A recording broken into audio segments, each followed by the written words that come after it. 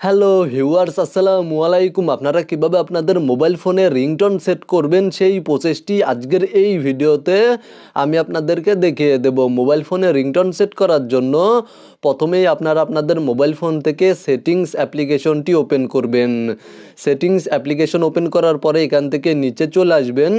তাহলে আপনারা sounds and vibration নামে একটি অপশন পেয়ে যাবেন, অথবা আপনাদের মোবাইল ফোনে শুধুমাত্র সাউন্ড নামে এই অপশনটি থাকতে পারে। আপনারা সাউন্ড অ্যান্ড ভাইব্রেশন এই অপশনে ক্লিক করে দিবেন। দেন এখান থেকে নিচে চলে আসবেন। তাহলে আপনারা ফোন রিংটোন নামে একটি অপশন পেয়ে যাবেন। ফোন রিংটোনে ক্লিক করে দিবেন। তাহলে আপনাদের মোবাইল ফোনে যেই রিংটোনগুলো রয়েছে সেই রিংটোনগুলো শো করবে।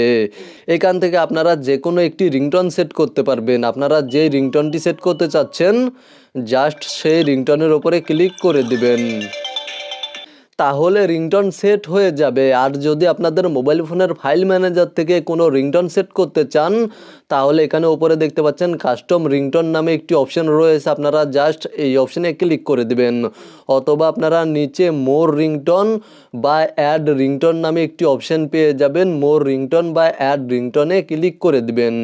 আমার মোবাইল ফোনে কাস্টম রিংটোন নামে এই অপশনটি রয়েছে, আমি কাস্টম রিংটোন এই অপশনে ক্লিক করে দিচ্ছি। আপনারা কাস্টম রিংটোন বা মোর রিংটোনে ক্লিক করার পরে আপনাদের মোবাইল ফোনের ফাইল ম্যানেজারে যে রিংটোনগুলো রয়েছে সেই রিংটোনগুলো শো করবে, এবং আপনারা যে রিংটোনটি সেট করতে চাচ্ছেন সেই রিংটোনটি সিলেক্ট করে দিবেন। জাস্ট এখান থেকে আপনারা যেই রিংটোনটি সেট করতে চাচ্ছেন সেই রিংটোনের উপরে ক্লিক করে দিবেন।